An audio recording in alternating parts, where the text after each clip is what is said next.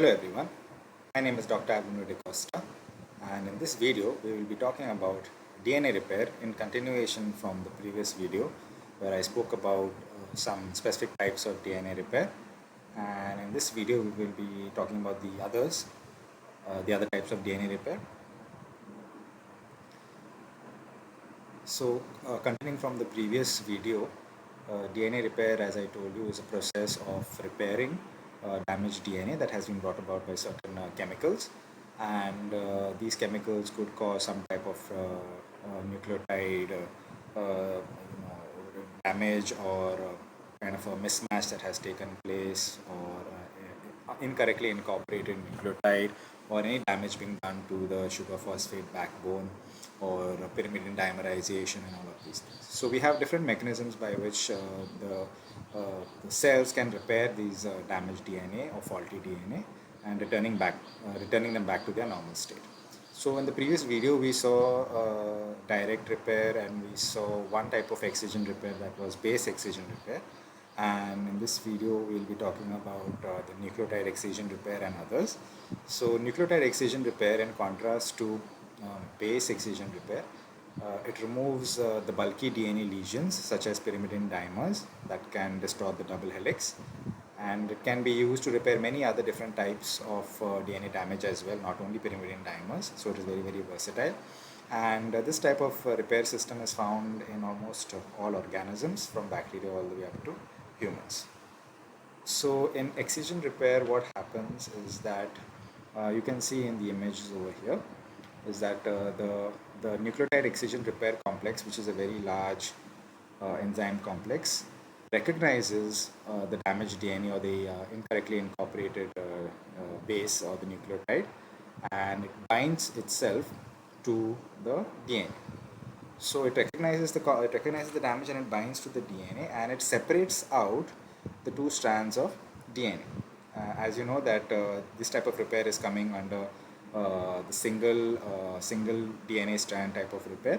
So once the two strands of DNA are separated out, obviously the complex binds to the strand which is having the damaged DNA or the damaged nucleotide, and because these two strands of DNA are separated out, they need to become stabilized, because the hydrogen bonds basically will be helping to stabilize the two strands of DNA. Now because they are separated out, some other proteins will come and bind to them, that is the single strand binding proteins.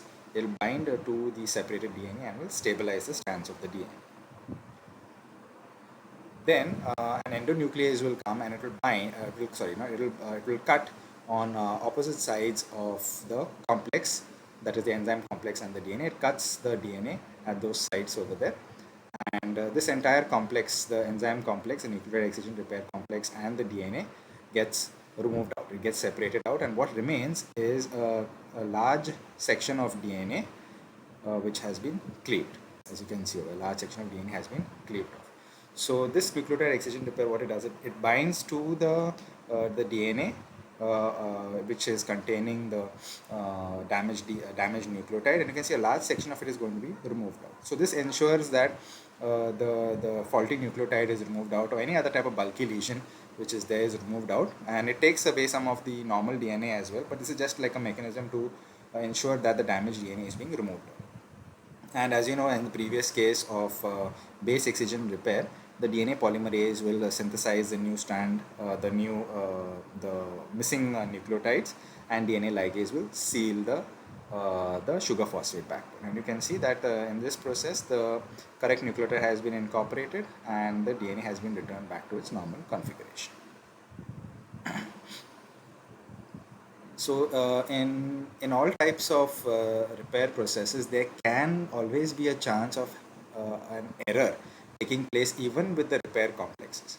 So this can happen maybe because the genes which are specifying the particular enzymes involved in repair processes may be faulty, the genes may be faulty, or the proteins which are being produced may also be faulty. So as a result of which, these enzymes will not be able to do their function of repairing damaged DNA. And in fact, in this one type of repair, that is nucleotide excision repair, uh, these people, there are people who are having problems with this type of repair mechanism. Means certain enzymes may not be functional, or the genes may not be functioning properly so as to produce these enzymes which are very, very important for nucleotide excision repair. So as a result, these people, when they expose themselves to normal sunlight, like, for a very short period of time, they can actually get severe skin cancer as a result. Okay, and you can see in this image we have this boy who is just exposed himself to sunlight for a very short amount of time and has already developed so many sunspots on his face, which are basically these lesions which have taken place as a result of UV light. So this kind of disease is referred to as xeroderma pigmentosum, which is basically a problem in these individuals where they are unable to where their nucleotide excision repair is unable to function properly. Yeah, the next type of DNA repair is the mismatch repair.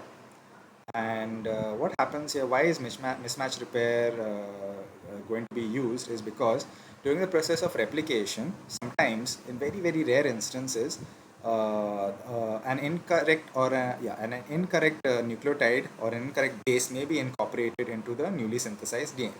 And this happens very, very rarely, and you can see the frequency is about 10 raised to negative 4 to 10 raised to 9. So very, very less chances of wrong DNA, wrong nucleotide being incorporated into the growing strand. But it does happen sometimes, and when it happens, it is almost immediately rectified by the proofreading mechanism which is there of DNA polymerase. However, in some instances, very, very rare instances, some of these nucleotides which are incorporated incorrectly can even escape this proofreading process. Okay, and when this happens, then there's another repair mechanism which is there, which is referred to as the mismatch repair system, which helps to rectify this as well. So you can see how much dedication is there by the cell to ensure that the DNA is proper, is correct, because it does not want any kind of wrong proteins to be synthesized. It does not want this damaged DNA to be propagated to the daughter cell. So such mechanisms are there, and they have to be proper in cells. Otherwise, then these damages can actually cause a lot of havoc within the cells and within that particular individual as well.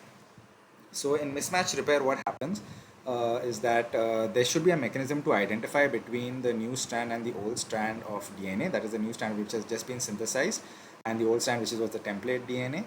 So on the old strand of DNA, there will always be a lot of methyl groups, and in the new strand of DNA, the methyl groups are usually added a little bit later on. And there are some sequences which have this methyl group attached to it, like the sequence of GATC. And so obviously the old strand of DNA, wherever there are GATC sequences, will have this methyl group. The new strand will not be having it. So there's a complex which is referred to as a mismatch repair complex, which identifies the methyl group on the old strand of DNA, and it is able to distinguish between the old strand and the new strand. And so then it can come to know where is the damaged nucleotide. As you saw in the previous case, a damaged nucleotide is incorporated, incorrect nucleotide is incorporated in the new strand.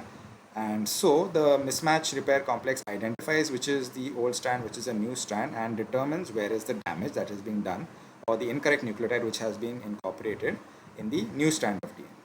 And keeping this methyl group as a sort of like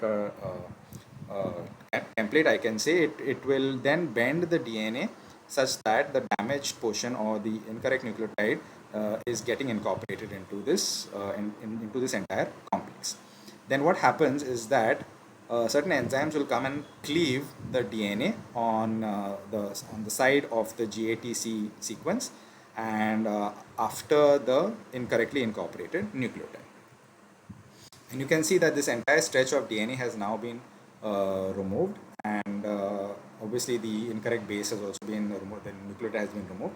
And then obviously with the help of DNA polymerase and DNA ligase, this stretch of DNA is then resynthesized with the correct nucleotide being incorporated over here. So this is the mismatch repair. Then we move on to the double-stranded DNA repair. As you know, that there are two types that are there under this. So the first type is a recombinational repair, which is also referred to as homologous recombination repair, which works on the principle of homologous recombination, which we see in meiosis. Okay, so the process of crossing over and kind of takes place over here. So what happens in this is that the broken strands of DNA, the double-stranded breaks which are there, they need to be fixed. And in order to get repaired, they need to take some information from a homologous copy, that is a chromosome or a chromatid which is having a similar sequence to that of the damaged DNA, right? So mostly this information will be taken either from a sister chromatid or it will be taken from a homologous chromosome, and then that damage can be repaired. So some enzymes which have to play which play a very important role in this recombination and this repair are BRCA1 and BRCA2, which you know is also implicated in breast cancer and in ovarian cancer. If there are mutations in these genes, then they can lead to these types of cancer. So what happens in homologous recombination is that you can see a DNA double strand break which has occurred over here. And so in order to repair this, it will need to take information, or it will need to use another identical copy of DNA which is there as either as a sister chromatid or on a homologous chromosome. It will need to use that information to synthesize this sugar phosphate backbone or any nucleotides which are going to be lost during this process. So what happens is that some exonucleases will come and it will start degrading the DNA, creating overhangs, as you can see like this. All right. Then one of these strands invades the identical copy of the chromosome or the DNA. It invades it and it will use this particular strand of DNA as a template, as you can see, to synthesize new DNA.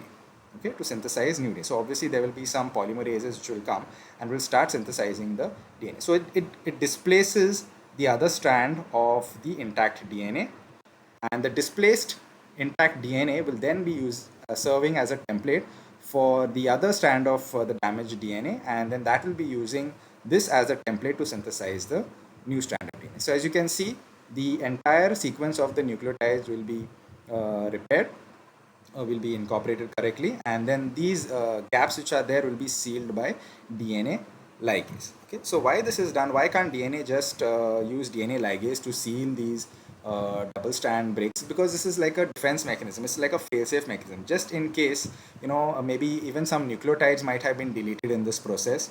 It might not just be a nick in the double strand. It could be maybe some nucleotides also are lost in this process over here. So it's like a fail-safe mechanism. It may not know whether DNA ligase might be required, or maybe, you know, some new nucleotides need to be incorporated. So it just plays it safe and, you know, degrades this DNA on either side, such that even if there is no nick, or if there is if there is no loss of nucleotides, it will still degrade these nucleotides and ensure that the correct nucleotides are all added once again. Okay, just to make sure that no nucleotides are lost in this break which has occurred over here. Okay, and you can see how these it looks just similar to that of how recombination takes place in meiosis. So you get the formation of these holiday junctions which can then be separated out later on.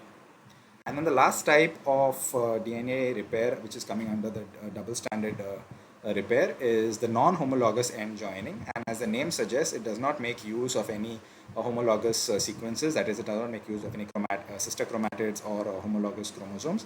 It will directly seal the DNA together. As you saw in the previous case, that was like a fail-safe mechanism where it will degrade the DNA and ensure that correct nucleotides are again incorporated, even if they were correct in the first place, but still they will incorporate new strands, new nucleotides into the DNA.